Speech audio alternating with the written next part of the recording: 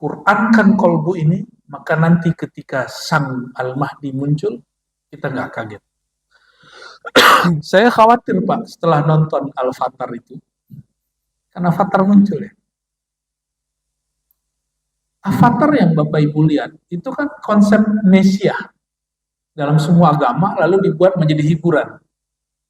Dan asik sekali kan nontonnya. Tapi hati-hati, avatar yang dilihat orang hari ini itu baru avatar alam bumi, bukan alam semesta. Sedangkan Al-Mahdi itu rahmat bagi alam semesta. Di situ disebutkan puncak daripada avatar, sang penyelamat, juru selamat akhir zaman, itu mampu mengendalikan 4 unsur. Jadi, terus yang kedua, coba lihat.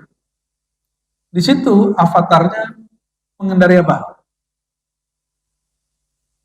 Ada binatang berbulu yang bisa terbang, benar nggak?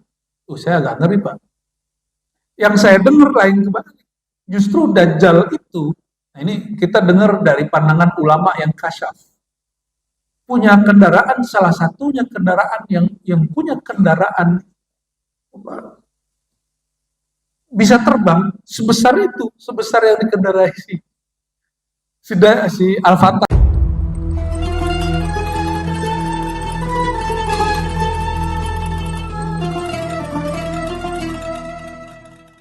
Qurankan kolbu ini, maka nanti ketika sang Al-Mahdi muncul, kita nggak kaget. Saya khawatir Pak, setelah nonton Al-Fatar itu, karena Fatar muncul ya. Avatar yang Bapak Ibu lihat, itu kan konsep Nesia dalam semua agama, lalu dibuat menjadi hiburan. Dan asik sekali kan nontonnya. Tapi hati-hati, avatar yang dilihat orang hari ini itu baru avatar alam bumi, bukan alam semesta. Sedangkan Al-Mahdi itu rahmat bagi alam semesta. Semuanya. Tidak hanya bumi ini. Di situ disebutkan puncak daripada avatar, sang penyelamat, juru selamat akhir zaman, itu mampu mengendalikan 4 unsur alam. Api, air, apa lagi?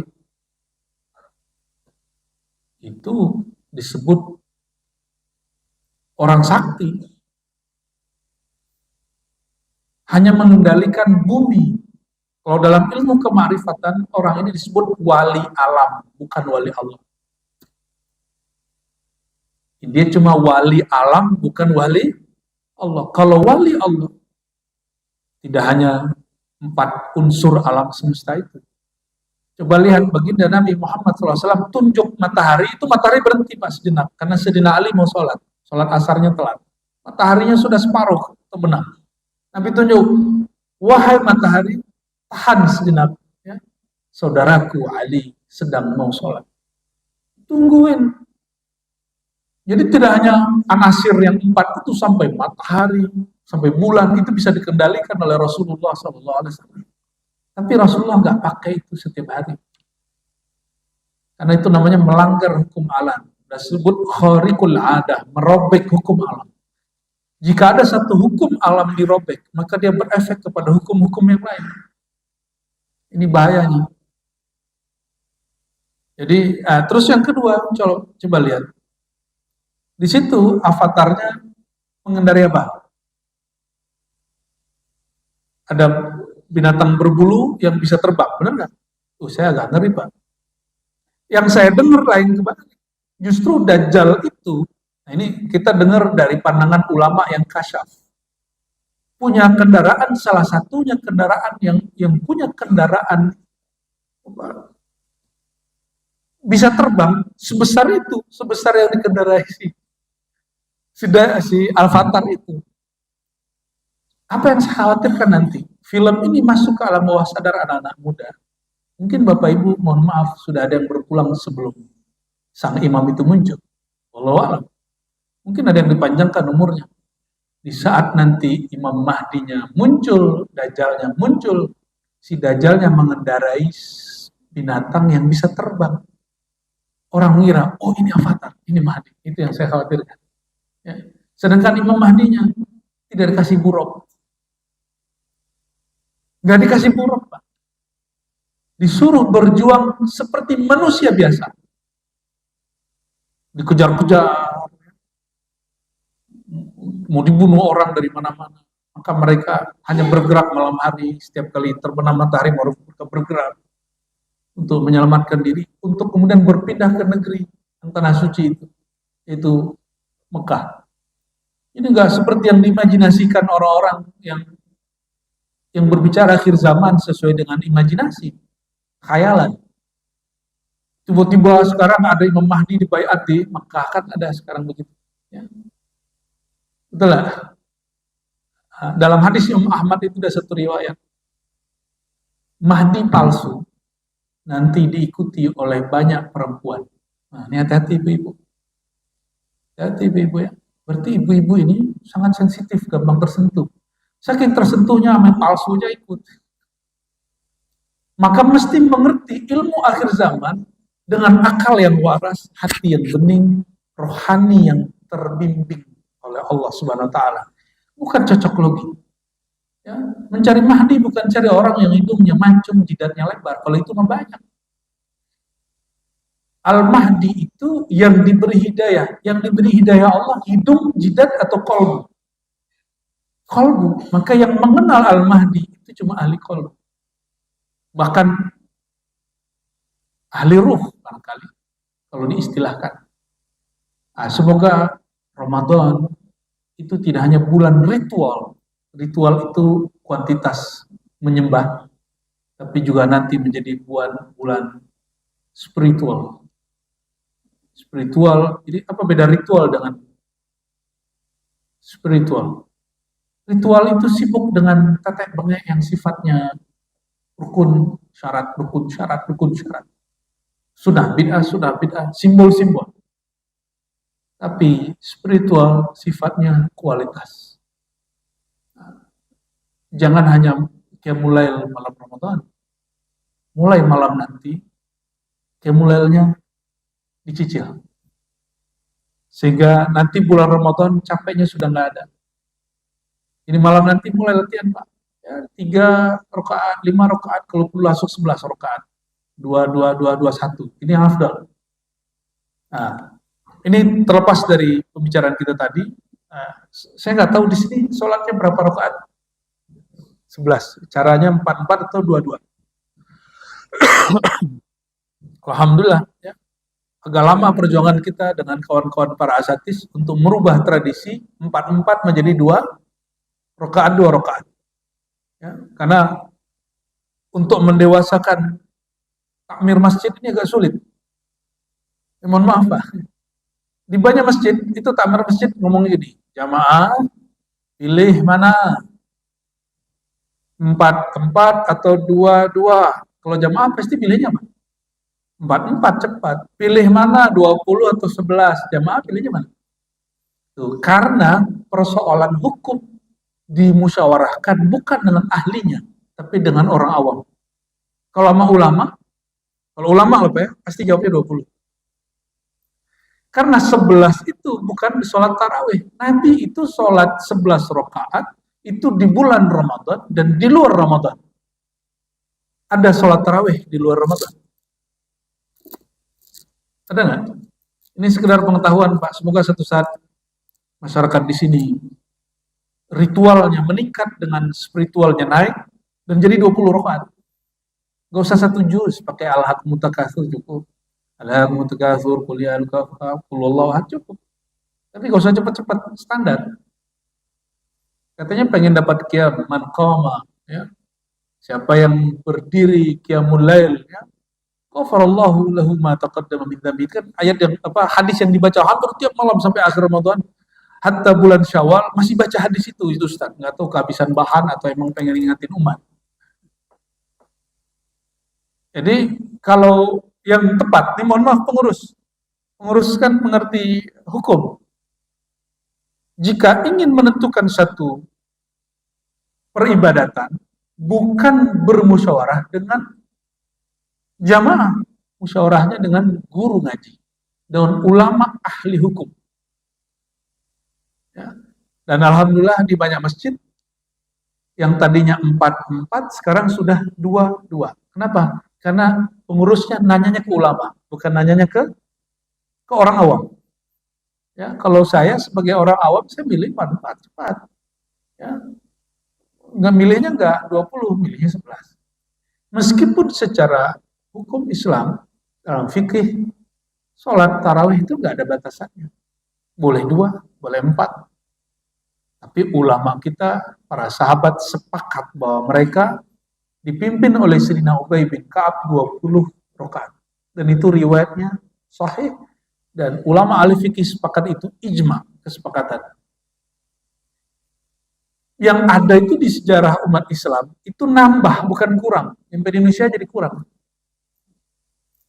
Imam Malik tinggal di Madinah. Muridnya Imam Syafi'i asalnya Mekah. Di Mekah, orang kalau selesai 20 rakaat, mereka tawaf dulu. Selesai tawaf, mereka sholat 2 rakaat, lalu witir. Jadinya 23. Jadinya berapa? 23. Selama tawaf itu, Imam Malik mikir, kalau orang Mekah begitu, supaya selesainya hampir sama, maka beliau melanjutkan 20 rakaat menjadi 36 rakaat. Yang ada sejarahnya nambah. Bukan berkurang, Pak. Giliran bab hari raya, oh Mekah duluan. Giliran sholat malam, nggak nanya Mekah berapa rakaat. Betul nggak? Coba, Masjidil Haram berapa rakaat? 20 rakaat. Giliran rakaatnya gak diambil. Tapi masalah hari raya yang ramai. Yang ramai bukan ulama, yang ramai tetap masyarakat. Dan mohon maaf, itu ramainya gimana? Pengurus nanya sama jamaah. Jadi jamaah, kita mau puasa tanggal berapa? Nanyanya ke jamaah lagi. Yang tepat bagaimana menentukan puasa dan hari raya? Mengikuti sunnah Nabi. Ya, jangan ngomong hari gini masih ngikutin sunnah Nabi. Itu bisa kufur. Minimal melanggar sunnah, meninggalkan sunnah. Kalau nggak mau ngambilin hadis ini, uskut, diam aja. Nabi mengatakan sumu li ru'yatihi. Ini bukan masalah modern tidak modern. Adakah orang yang tidak yang bisa mengalahi kehebatan Nabi Muhammad SAW? Kan nggak ada. Tentukan bulan puasa berdasarkan ru'yatihi, melihat bulan. Ini hadis Sahih Bukhari, Abu Daud, Tirmizi. Hadis sahih. Waftiru, berhari rayalah kalian dengan melihat biru'yatihi. Nanya. Ini pakai analog, karena orang kalau nggak bisa pakai dalil biasa, pakai analog, pakai kias. Ibu-ibu hamil, HPL-nya keluar tanggal 7 Ramadan misalnya. HPL-nya begitu. Itu lahirnya mesti tanggal itu. Bisa maju, bisa mundur, tergantung keluarnya. Bukan berdasarkan hasil hitungan. Dihitung nih sekarang bahwa perkiraan Ramadan terbit bulannya tanggal sekian. Saya mau tanya Bapak Ibu, ini jujur.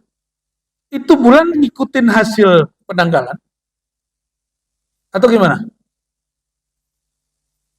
Atau penanggalan harus ngikutin bulannya?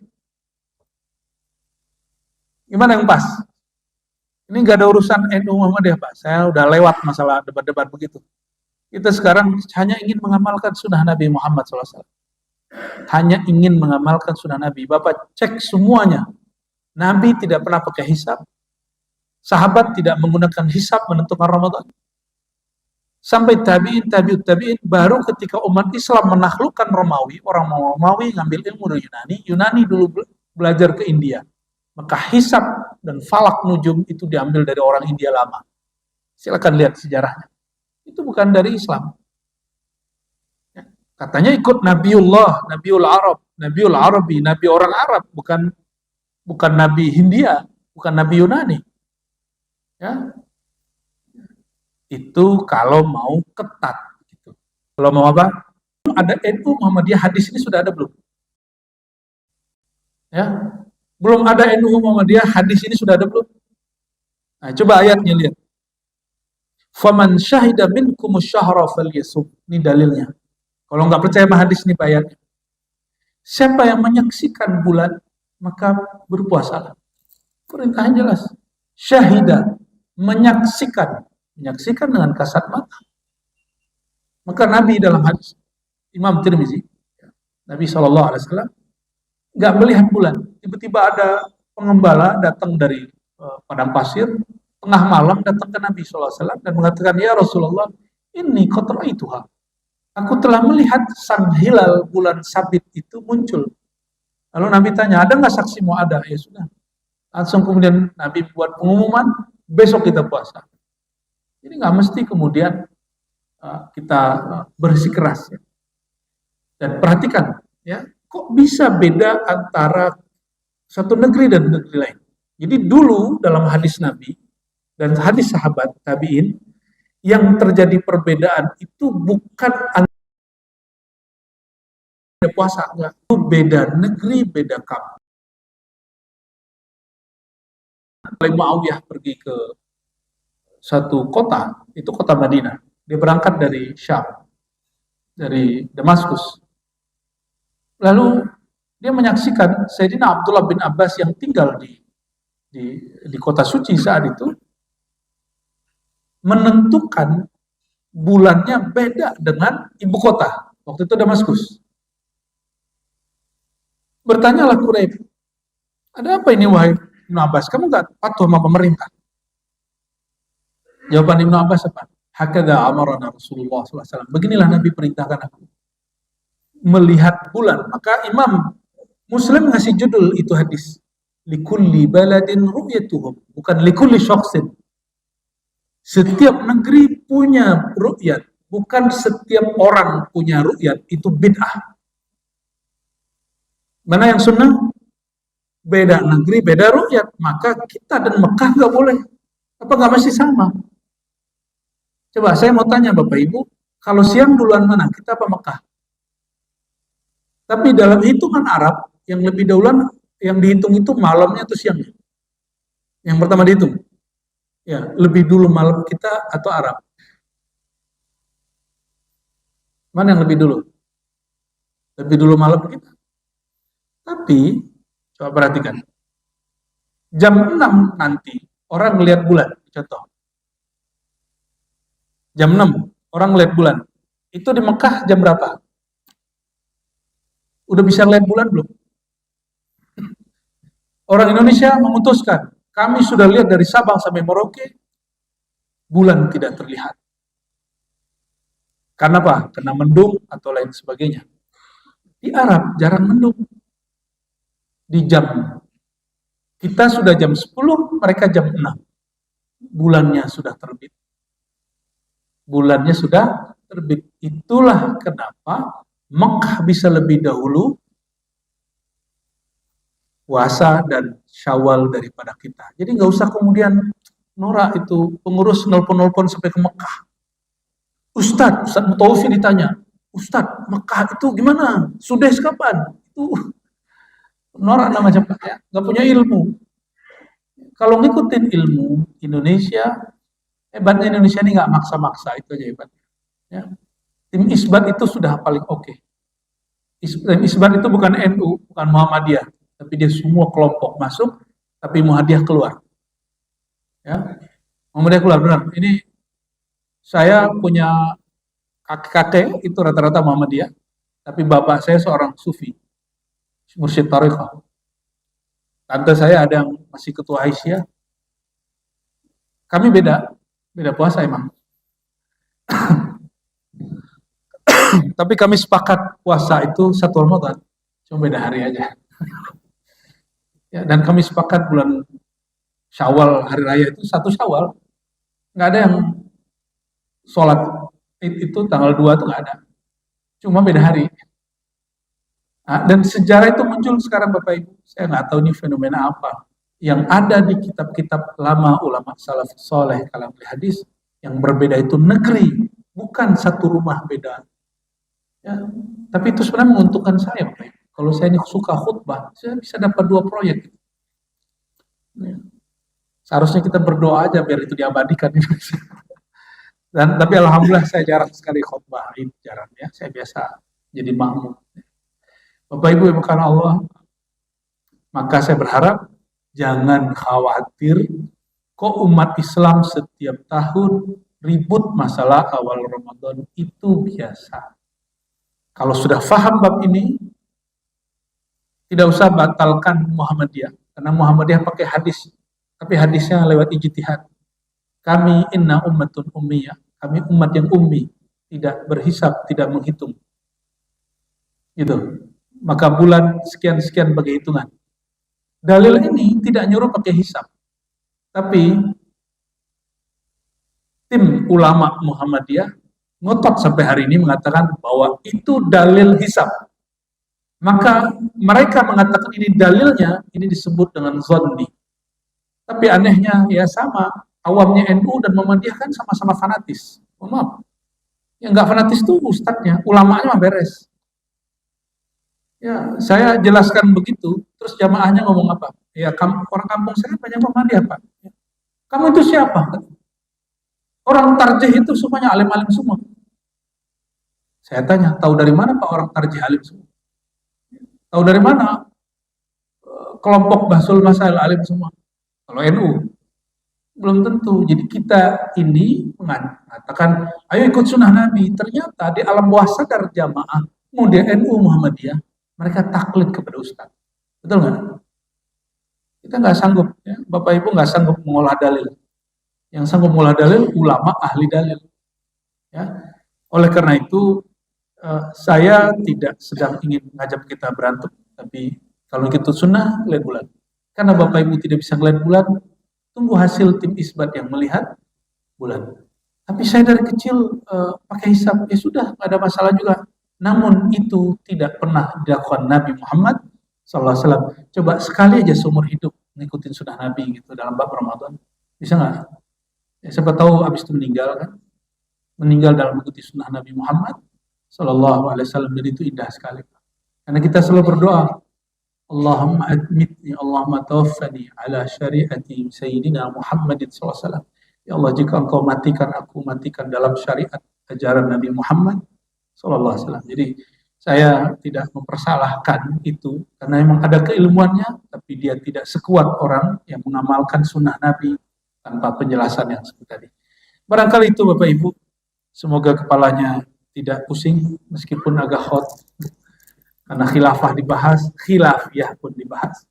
Bagi saya tarhib Ramadan, menyambut tarhib artinya menyambut Ramadan, berarti menyambut selamat berbeda pendapat, selamat berbeda cara beramal.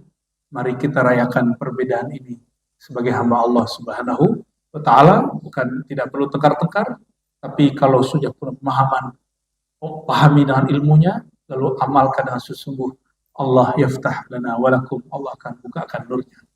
Kita tutup kajian ini dengan baca surah Al-Fatihah.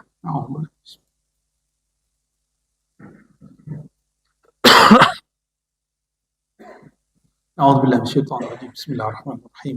Allahumma ya rahmanir rahim, ya karim ya azim, salli ala nabiyina Muhammad wa ala ali sayyidina Muhammad.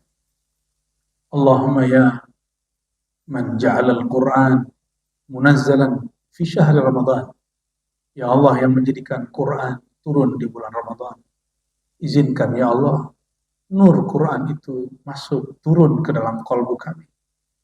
Khususnya di bulan Ramadan ini. Allahumma ya Allah, kami mendengar Sayyidina Utsman mengkhatamkan Quran 8 kali sehari. Imam Syafi'i mengkhatamkan Quran 1000 kali dalam setahun. Kami hamba yang lemah ya Allah. Kami tidak sanggup mengikuti mereka ya Allah. Tapi kami cinta dengan mereka ya Allah. Kami berharap seperti hadis Nabi, Al-mar'u ma'aman ahabba. Seseorang akan bersamai siapa yang dicintainya. Fashhad ya Rabbana.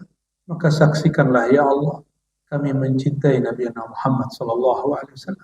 Kami mencintai sahabat-sahabat Nabi, khususnya Sayyidina Utsman. Kami mencintai para imam, khususnya Imam Syafi'i. Semoga Engkau ya Allah bersamakan kami dengan mereka. Allahumma ya Allah, ya Nur, ya man nawwara al-qulub binuri hubbihi wa binuri Muhammadin sallallahu alaihi wasallam. Fanawwir qulubana binurika wa binuri habibik. Allahumma ya Allah, yang memiliki cahaya dan cahayanya tidak pernah padam. Mohon terbitkan cahaya itu dalam kalbu kami ya Allah. Ketika matahari gelap tertutup, ketika lampu-lampu mati, kami tidak bisa melihat ke alam dunia. Begitu juga ya Allah, apabila cahaya kolbu kami padam, kami tidak mampu melihat mana yang baik, mana yang buruk. Maka izinkan ya Allah cahayamu terbit selama-lamanya dalam kolbu kami. Wa amitna ala syariati nabiyika Muhammad sallallahu alaihi wasallam. Dan wafatkan kami ya Allah dalam menjalankan syariat Nabi Muhammad sallallahu alaihi wasallam. Wa amitna ya Rabbana wa khtimna ya Rabbana bihusnil khatimah.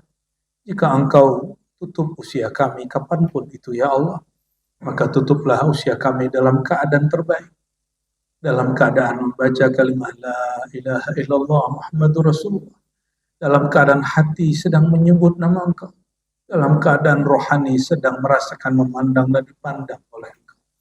Rabbana atina fid dunya hasanah wa fil akhirati hasanah wa qina adzabannar. Ya Allah, berkahi dunia kami dengan mengikuti Nabi Muhammad SAW, dan berkahi akhirat kami dengan berjumpa Nabi Muhammad sallallahu alaihi wasallam. Sallallahu ala sayyidina Muhammad walhamdulillah rabbil alamin. Semoga bermanfaat. Semoga majelis ini diridhai oleh Allah SWT. Subhanakallahumma wa bihamdika asyhadu an la ilaha illa anta astaghfiruka wa atubu ilaik. Assalamualaikum warahmatullahi wabarakatuh.